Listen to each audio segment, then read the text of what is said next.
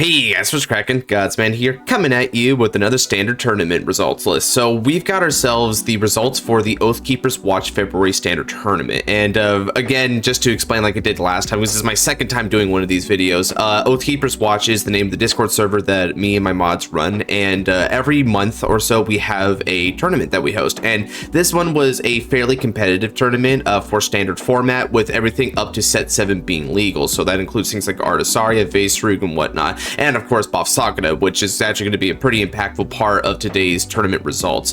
So what I'm going to do in today's list is I'm going to talk about the results of the tourney, what topped, and also discuss some of the lists that were sent my way from the top 8 cut. I didn't get all the top 8ers, but I did get at least one of each of the decks that were represented in top cut, which is good enough for me in all honesty, right? So I'm going to go ahead and go through all those and then maybe give them a little bit of my thoughts on how the format is shaping up post set 7 release, right? And without further ado, let's go ahead and begin. I hope you enjoy.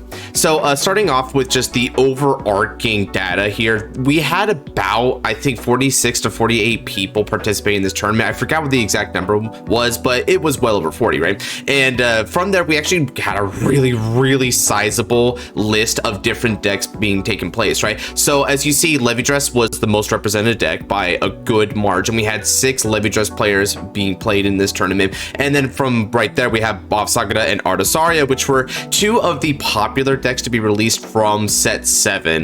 Both of these decks are fairly promising. They have really strong tools to bring to the table, so I wasn't too surprised that combined with their abject popularity, that they'd see multiple players in here, and they did perform fairly well, particularly B-Saga, as we'll get into. From there, you have 2 ofs like Reziel, Alden, Varga, Prison, a lot of really strong decks there, and then 1 ofs of just a myriad of other standard decks. Standard, while it does have a pretty defined meta of the top rung decks, does still have a pretty robust tier 2 at its disposal, so you're gonna find a lot of people trying to vie with their rogue decks, and the rogue versus rogue is actually pretty fun in standard these days if you omit some of the RNG factors involved with this particular format. But still, this is a pretty nice display of all the decks here, but let's go ahead and get into the meat and potatoes with the top 8 cuts. So for top 8, we see some not so interesting decks and some absolutely fascinating decks that topped here, right? So Levy just took the majority at the tops with 3 of them, and then right behind him is 2 B-Sagas. We had 2 of them,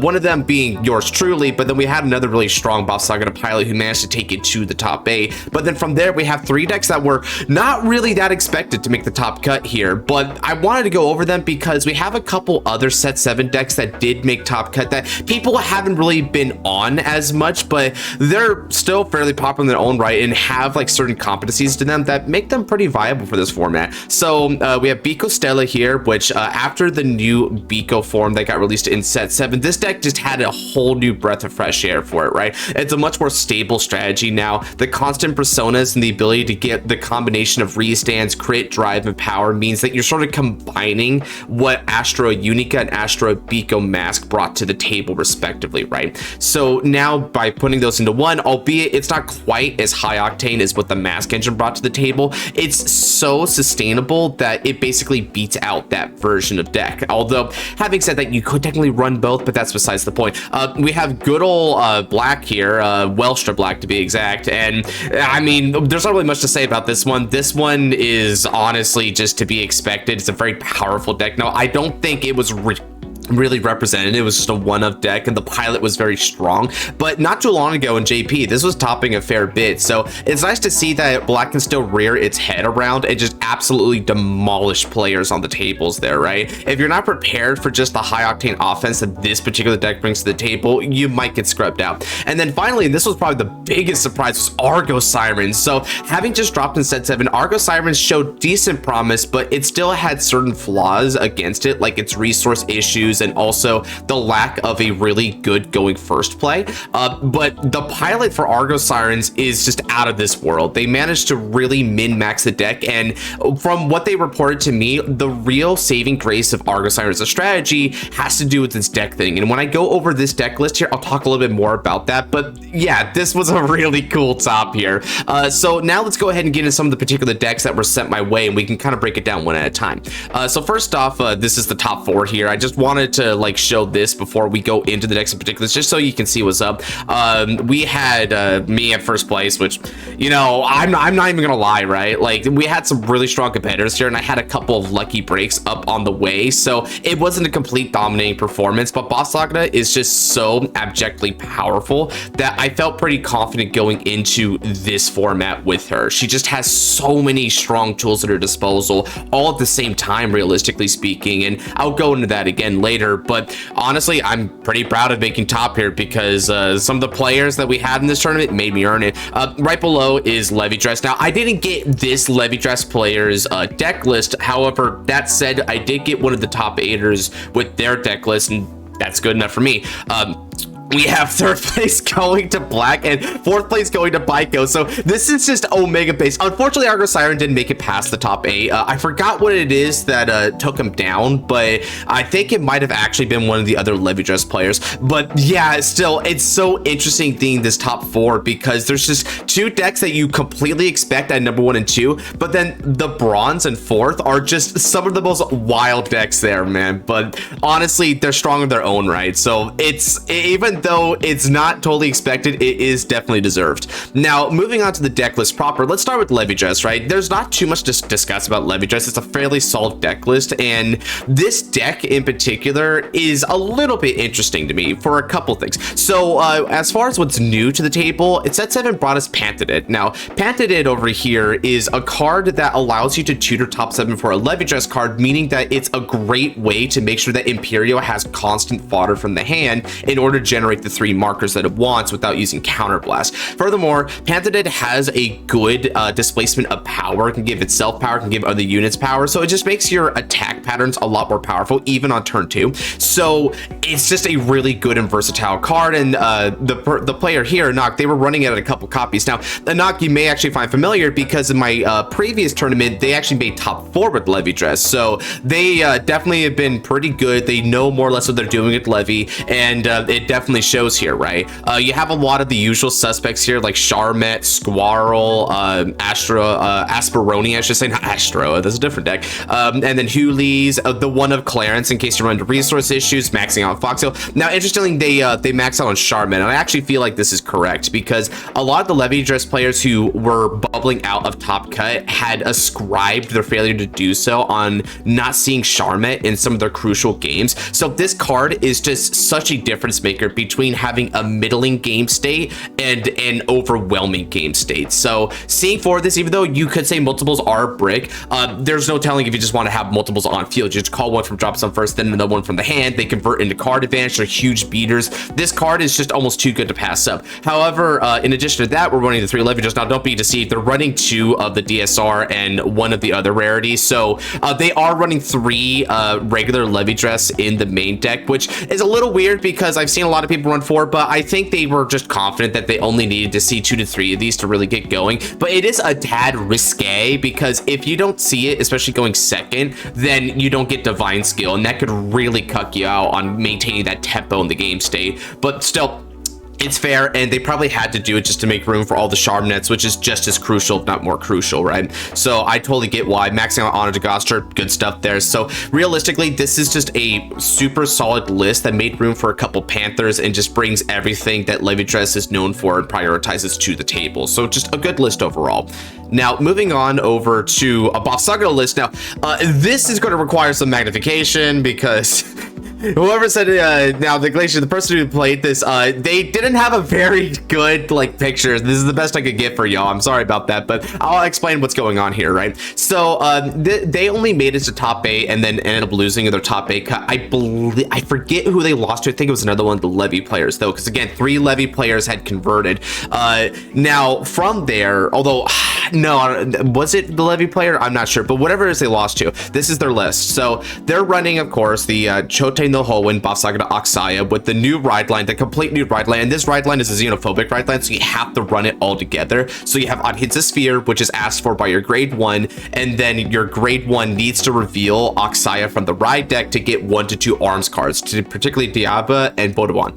And then from there, your grade 2 Ahalibadra needs to be rode upon by Oxaya in order to dump 2 arms and armor one of your Vanguard. So this ride line is very locked in, unlike the original ride line, which was oddly generic for Dragon Empire. Empire for a while. Now, there's a couple key points about this list that I want to bring out. Now, when it comes to B-Saga, one of the key points of building has to be deciding how many of your arms cards and which arms cards do you run, right? The quantity and quality of it is super important. Now, they're running 2 shield and 2 sword, which I think is correct. I like that because even if you only need 1 of each to really get going, sword is good, especially because you can loop sword, but you don't really need more than 2 of each because you're going to run into deck space issues. And once you see 1 of each, you're basically solid, but you can greed for the second sword if you want, but the second shield's pretty redundant, especially because you just loop the one that you have. But having 2 of each is good because what it does is it maximizes the ride line consistency there, because if you open to 1 or God forbid both of these, you can still add them both to the hand from the deck, although if you do, you're kind of running out of arms cards to dump with this guy. So yeah, it's just good to run 2 of each because it has the right amount of quantity and quality to it. From there, they're running 2 Axe. Now, as we'll go over when I'm talking about my deck list, I think Axe is definitely a good choice for B-Saga, but they are missing out on Sudia, which is the hammer, and I feel like that's a missed build right there to not have hammer. Hammer is not only good for going second because you can't get the triple drive from Diava, so you might as well use hammer to get more power and then also recur it back for Diava to get a +1 anyway. That's the thing, you're not getting the plus from this, so you might as well get the plus from hammer instead. But hammer picking off back row rear guards is so crucial for some matchups. Just think of all the things in the back row that you might want to pop. You can pop things like Aerial Sage, Foxil, Bifrons. There's so many strong cards back there that are just hiding from you. And a lot of the players playing against you aren't really thinking about hammer too much. They're so worried about the front row and they'll hide things in the back row only for it to get picked off by the hammer, so you kind of counter pick them that way. So I feel like it would be better to have a 1-1 split there, but I get why they're doing Axe because they want to focus up on the battle door as much as possible. Another thing worth noting is they're only running 2 of the Cindy, and I also ran only 2 of the Cindy here, but as I'm playing this format more, I'm realizing that it's probably more accurate to play 3 Cindy because Cindy is one of your pivotal resource cards. It recurs a lot of your key pieces, whether it be the dress boost cards or the arms cards, but in the process, it also moves itself into soul, and B-Saga can choke out on soul, right? And there's different ways to solve that soul problem, and Cindy's probably the best way to do it, and also one of the in-archetype ways of doing it. So I think running it at 3 is a lot better because even if you see multiples of it, you can still revive one from the drop zone and suck the other one into soul. You're still good to go with that. And even at bare minimum, if you don't have any like trick moons or Vilords to like resurrect, you can just resurrect this from the drop zone instead, and then it's still like basically a +1 of your choice by recurring and getting you soul. So this is a very versatile card overall. From there, you have a lot of the usual suspects. Persona Ride joining 4 of the new Yugioh, which is 3 standard. Running anything less than 4 is just asking for trouble because this is completely unsearchable, and once it dies, it can't be resurrected. So you need to see all 4 of these, right, in the deck, because otherwise, if you run out of them, that's it. You're down to a 3 attack deck right there, which is one of the weaknesses of B-Saga. This is incredibly reliant, and these grade 2s aren't searchable. You can't get them at all. You need to just hard draw into these, and if they die, you need to keep hard drawing these with the exception of a Parla. Now, in order to hard draw, they actually ended up playing a couple of cards to help with this endeavor. They're playing Farhat, which I didn't run because I usually do the energy blasting for the dig skill of Yugioh as well as for the revive skill of a Parla, but they opted for Farhats because it could get them some early game draws, right? Which is a fair decision.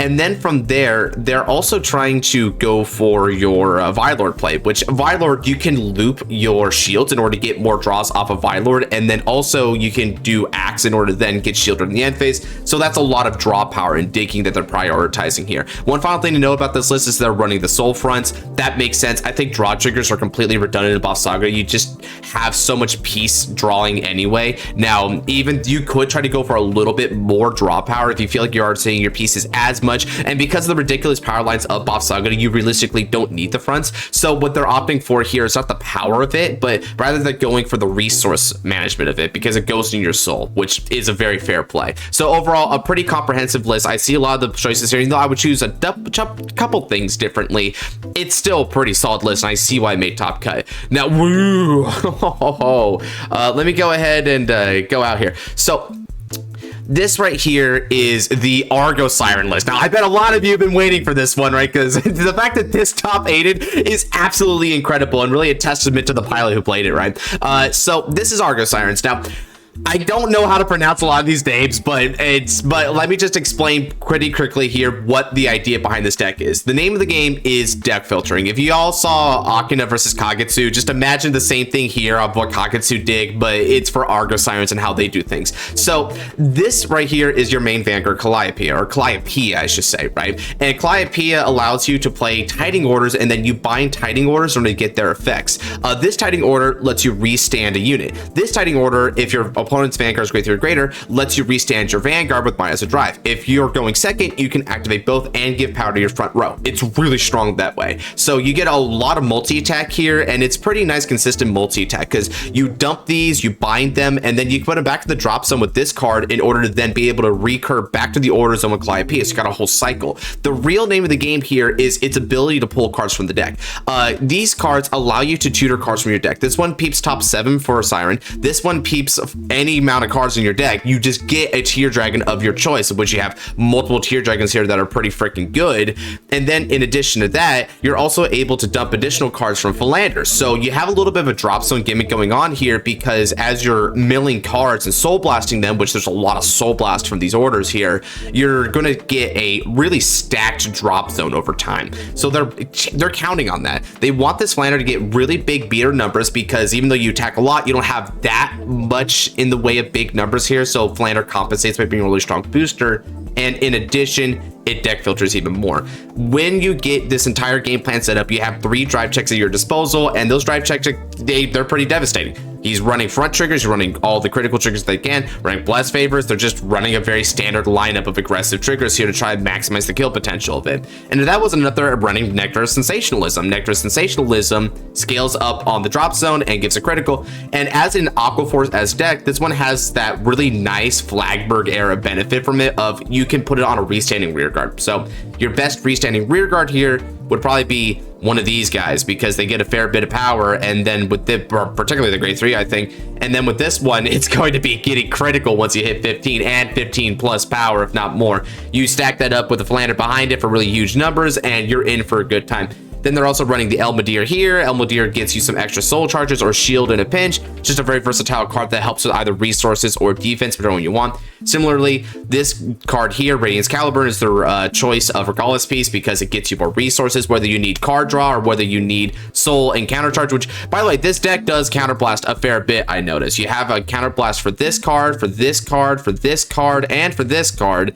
So they're all counterblasting, and you might run out of counterblast pretty quickly if you're not careful. I noticed that was a potential issue with the pilot here. They had to really manage their counterblast carefully, and there have been a couple times where they managed to win off the back of the opponent giving them the CP necessary to activate Calliope's effect and get the 5 attack turn. So it is really important to manage resources properly. But when you do, you get an extremely filtered deck with a lot of multi-attack and just overall strong aggression that your opponent isn't really capable of, or rather not prepared for. They are capable of guarding it, but they might not be prepared to guard that kind of level of offense. So you definitely study up on Argo Siren, guys. It can come in clutch. Now, moving on to the other top 4 deck, this is another one people have been waiting for. So this is Bico Stella, the new Asteroid grade 3. Now, the new Asteroid grade 3 uses a lot of the same basic support cards from back in the day, and there's one support card in particular that is hugely pivotal to the success of the strategy. So let me just go ahead and go over some of the interesting bits here, right? Of course, you have your Vanguard, which is going to be a 4 of copying. No, they don't have the ride lines shown in these, but the ride line is just the assumed archetypal ride line. So Almagesture ride line for this, Argo Siren ride line for this. It's just typical, right? Now, what you do for Bico Stella is you're able to, if you have 1 or more critical triggers in the bind zone, or Bico Stella, which is, it counts for its conditions, you're able to get 5,000 power to your front row and retire one of your opponent's rear guards. If you have 3 or more in there, you get a critical and drive for your Vanguard, and you also get that sweet 5 or more skill. If you have 5 or more, you choose a rear guard and stand it. So you have this whole sequence of events, and usually it's pretty hard to get up to 5 in the bind zone in order to make this work. But if you can get it, you can get it on turn 3. And there's a really interesting way of making it happen. And I'll tell you guys the trick here on how to turbo out Bico Stella. Now, a couple things to know about this list. They're running the Chimera trio. The Chimeras are just really good for your deck, right? So this is Griffin. Griffin puts 2 triggers in. That's really nice because, again, critical triggers are bound from Astro. This one lets you put any card from the drop zone in. That's especially nice because you can even put in Bico Stellas if they happen to be the drop zone or whatever. Maybe you heal them out or something, right? But if you put a trigger, it gets power. Then it has a restand skill where when it's restood by the ability of your Bico Stella, it gets a critical if you have 4 or more critical triggers in the bind zone. No, it's only counting critical triggers, so your Bico Stella won't count towards this condition. You need 4 actual criticals in there. Then you have this guide right here. Now, Griffith's Chimera is one of the strongest consistency tools this deck ever received, right? And it's the second one, in fact. This one discards any card from hand. You look at the top 2 cards of the deck, and then you're adding any one of the 2 to the hand, and then the other one can either be stacked or thrown in the soul, right? And this gets 5,000 power. So all these guys are getting 5,000 power, so they're at least going to be able to hit numbers in some capacity or another. That's really nice stability. This guy in particular is so cool because he fills up your drop zone with necessary cards. He's able to get your soul to cool card. He's able to stack the deck in a mild way, right? So he's sort of like your Auto Degostra Dragon in a sense, even though the multi-attack is from your Vanguard, right? It's still a very pitiful card, and it's wise that they're running it as a 4-up because it's your most important grade 2. They're also running the Lemina as 4-up. Now, Soul isn't really an issue with Astro. Astro builds a fair bit of Soul from both the ride line and the various skills to put cards into Soul or put themselves into Soul, right? This puts 2 in the Soul, this puts 1 in the Soul, this puts 1 in the Soul. When you Persona ride, this is getting a card in the Soul, this puts cards in the Soul, this puts itself in the Soul. You see where I'm going with this, right? You get so much Soul here. So Lemina is allowing you to just Soul Blast to get the draw, and that's unironically less valuable, that Soul Blast, than energy, because you're going to want the energy blast for your Bifronts here. Now, interestingly, another one of the new cards they're running, it's at 3 copies, is Chimera. Now, Archfey Chimera allows you to put a card from hand in the Soul and draw a card, and it gets power. But Archfey also gets shield and intercept depending on the number of your cards in the bind zone. So if you have 1 or more of the critical triggers, then it gets intercept, and if it's 3 or more, then you're able to get the 10,000 shielder. If I recall correctly, it was shield for 1 or more, and then intercept was the 3 or more condition. So even as a grade 3, it's not a brick because it's a strong 10k intercept, much like Griffin here. So you can see where there's a lot of stability, and that's the name of the game with Bico. It's not terribly strong with its offense, but it's so incredibly stable, and there's a lot of consistency cards here that you're almost always going to be able to achieve your basic setup because a lot of your offense is centered around your Vanguard, and the Vanguard is a guaranteed element of your deck. And then you can get guaranteed Persona rides, you can get guaranteed effects every single turn once you're able to get this ramp up there, and you have a nice stable board. And you also have good recursion pieces, which is a nice X factor here. With the effect of Lemina on a Persona ride, which again, Persona rides are guaranteed in this deck, you can call any card from the Soul and Soul Charge to kind of like maintain equilibrium in your Soul there, so you can toolbox your Soul. Then you also have Bifronts. Bifronts is the most powerful card in your deck. And the player Sharkfang, when they were giving me this list, they told me straight up that Bifronts is the difference between winning and losing with this deck, straight out, right?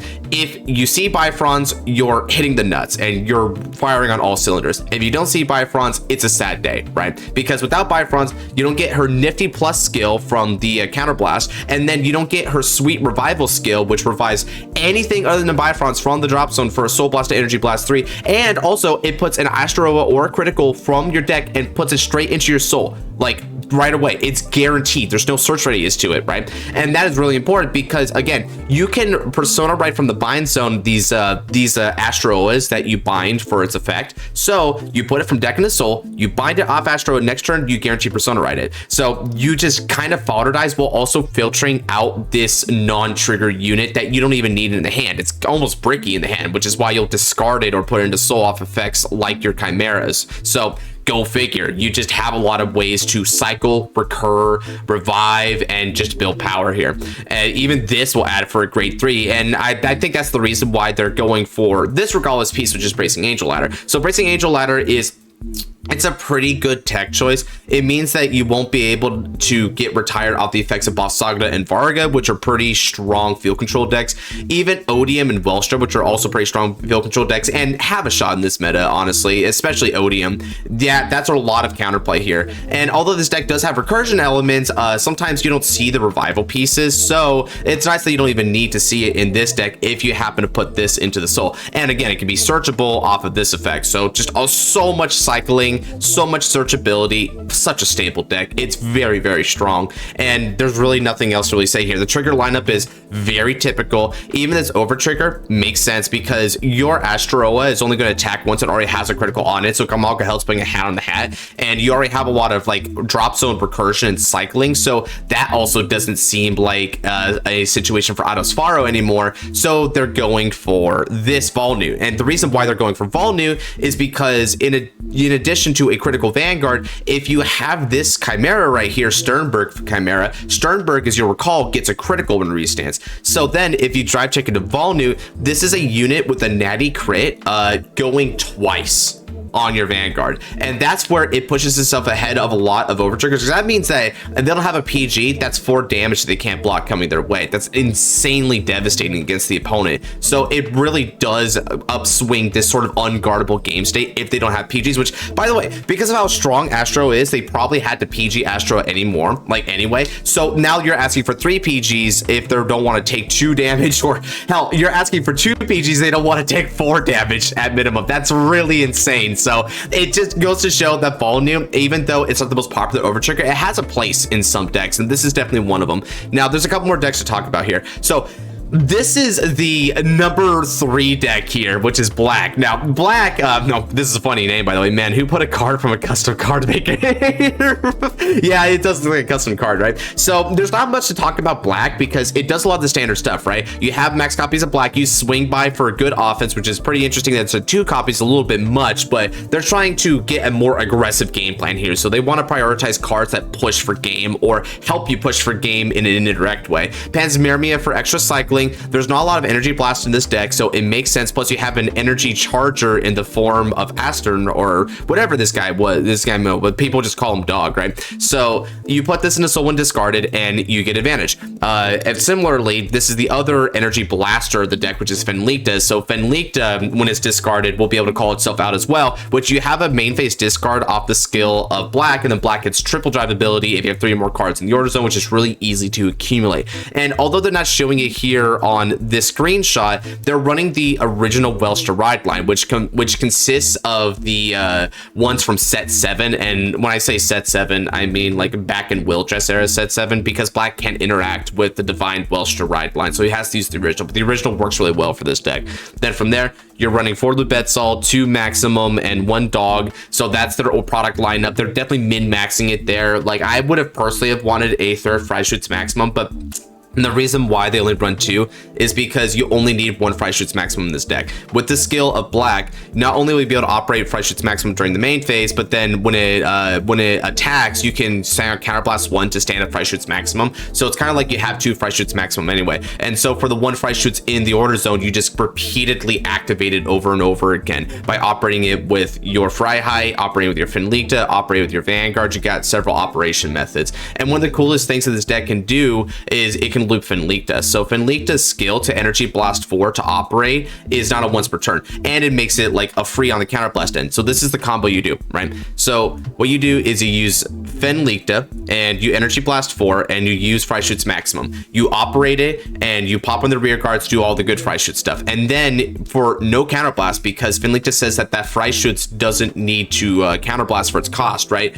You bounce back Fenlicta to call Maximum. Then you call Fenlicta again and you're able to operate another card. Or even better, because Fenlicta's back at the hand, you can then discard off the skill of your Black here. And then after operating with Black, you're able to then call Finlicta after being used as discard fodder, and just like that, you're just like plussing and getting a lot of resources out the wazoo. And because it's recalled, this is not like a hard once per turn. So if you have another like 4 energy, you can just energy blast 4 again and do another operate. So you're just operating like crazy and just going boom, boom, boom on your opponent. Trigger lineup makes sense here. They're not running front triggers and opting for draws instead, because one of the weaknesses of black here is that even aside from your product cards, you don't really have a lot of searchable pieces. So you just need to like hard dig into these cards. It's the same reason they're running Baldurate a few copies, because if you don't see your Finlictas and you don't see your Freiheits, you're in for a bad time. You need to see these 2 cards to really get your tempo going. But once you do, because of the skill of Freischütz Maximum to bounce them back, you can usually keep them safe from whatever your opponent brings to bear against you.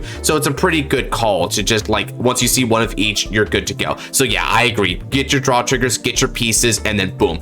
I mean, front triggers are just kind of greedy in this deck because your powers are so absurd that it doesn't really matter. And then from there, all the other trigger lineup just makes sense. Elder Breath, I mean, if you check Elder Breath in this deck, you just win the game. It's just too much for your opponent to deal with. It's probably the strongest OT in this game aside from maybe Drag Meta, right? So yeah, simple and effective deck here. The game plan is strong, and honestly, there's not a choice here that I would really question other than arguably cutting a swing by just to make another room for another dig piece like Panspermia or maybe also Baldurate. But you know, aside from that, this is a great deck, and honestly, kudos to the pilot for bringing this all the way up to the top tables here. And then finally we have my deck, right? So I already discussed a lot of like B-Saga, right? And I'm only going to point out the differences between my deck and Glacier's deck here. But in terms of differences, I am running the 1 hammer, and you only need to run 1 hammer and 1 axe because there's only very specific instances where they're very useful. And so all you got to do is dump them manually from Halibatra's skill. They're in the drop zone, and then you just toolbox them using skill of Chote by arming from the drop zone whenever you need them, right? And then you can also maybe recur them in and out using the skill of Vilord as well. Now, one of the differences here between our lists is that they, on their list, they weren't, okay, let me see. I think it's this one, right? Oh, yeah, right. So on this one, if you guys remember, they're running 4 Vilord, but they're 4 Vilord for Trickmoon, but that's about it, right? You just kind of need to draw into these and maybe also dig with them with the skill of one of your grade 2s. For me here, right, I have the same grade 2 lineup that they do, but I did cut down a Vilord down to 3. And in exchange, I added Shadia to the deck. Now, Shadia is a promo card which states that when it's placed, if you have 2 or more Blaze Maiden units, which would be herself and B-Saga, so you'll always have this condition online once you go to grade 3. You Soul Blacks and you dump a Trickmoon from deck to the drop, like just right away, you just dump it. And this is important because you need to see Trickmoon. Trickmoon is your best booster. It's a countercharger for you, and it's also the thing that you need in order to go into Vilord. So I took more priority on seeing Trickmoon, whereas Glacia just did the even Steven split on both Vilord and Trickmoon. Now, one thing about this deck that I did that was a little bit avant-garde, right? I ran 3 different blitz orders. I ran Elementary Sanctitude, Threatening Roar, and also Twin Cast Protect. And I think what I would do in a future list is I would cut the Threatening Roar to make way for a 3rd Cindy, because Cindy, sometimes I wasn't seeing her, and that really hurt my game plan. So I got into a couple close calls as a result of my own, what I will now call a minor deck building error, right? But these were all really useful defensive cards, right? They're really, really strong. Defensing Roar should not be underestimated, but I think between this and Twin Cast Protect is the stronger one for one simple reason. You can fodderdize it off the skill of B-Saga. B-Saga requires you to put a card from hand to soul in order to arm herself. So what you do is you use it as arm fodder, and then using B-Saga's main phase skill, you're able to soul blast it out to the drop zone to get the crit, wipe, drop, all that good stuff. So you're able to then cycle it to the drop zone as a fodder for 2 different costs. It gave you a soul, and it also was the card in hand to use to build that soul. Super nice that way, right? So definitely want to keep Twin Cast. It is the best Regalis piece for this deck, no doubt about it. And the fact that it's a blitz order means that you have the defensive element even you see in the hand, so it is more versatile. And I think with all the card draw and the ability to get the countercharge from Trickmoon, you don't need Radiance Caliburn as much. So this is definitely the play, guys. And then the only thing that I should say is Glacia was running the effect fronts. I'm not running the effect fronts. I'm running Potamus because I still believe in the 20k shield. That 20k shield is a godsend. I mean, the extra 5k difference has won me a couple of games in this tourney straight up. People think it's minor. it's major, but it's major in subtle ways. You just never know when it's going to make the difference. So I don't really see too much issues with my soul. Occasionally I might choke out in a grind game, but that's why you have to think ahead, right? And know how to portion your soul correctly. And usually if you have that in mind, you should be fine. But if you do find soul problems, you know, that's why we pack an extra Cindy, because it's the best way to solve your soul problem alongside Vylord. So go epic figure, right? Cindy is just that much of a multi-tool for the deck.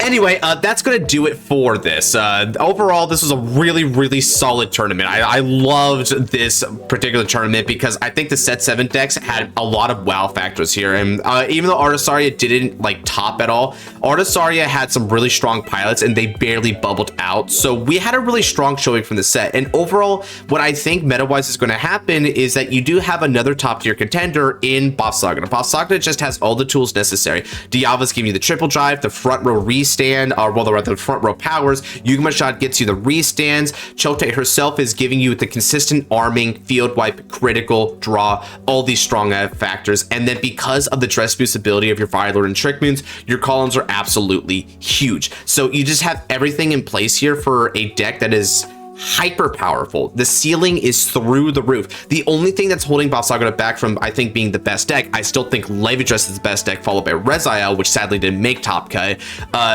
is that those two decks are more stable than B-Saga, right? B-Saga needs to see multiple unsearching pieces in order to actually get its game state going, right? So your ride line only searches arms cards. Your arms cards will always settle for you, but your ride line doesn't search Trick Moons, so you need to hit Trick Moons off of maybe one of the grade 2s, which in and themselves aren't searchable at all, right? And then Cindy is not searchable, and you need Cindy. And then on top of that, you need to see Yugioh, which is also not searchable at all and not even revivable. You can't revive this grade 2, so you're kind of dead in the water there if you don't see it, or if you only saw one and just immediately died. So that's why I feel like this deck can lose out on some key pieces that makes it hit the top tier level of power. But if it does high roll and it sees its cards, oh my god, it stampedes almost over any other deck here, and it's really hard to address. I would say as advice for fighting this deck is try to tempo out its damage. If you give it a lot of damage, B-Saga will scale to the damage tremendously.